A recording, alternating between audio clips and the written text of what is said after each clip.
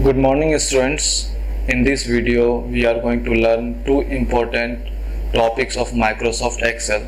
First is how to find the age and the second is whether he or she is voter or non-voter.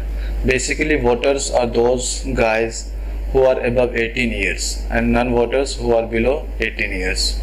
So I'm just explaining you by practical, so see on the screen. For finding the age, you have to type datedif and then select the cell where date of birth is written, and after then type today, then write y and then enter.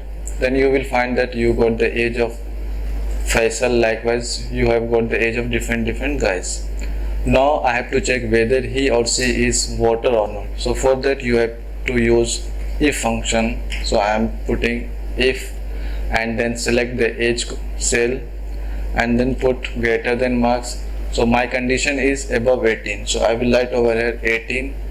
So here first result will come voters, means those who will be above 18 they will be understood as voter, and those who are below 18s, so they will be understand as non-voter. So now you can see who are voters and who are non-voters.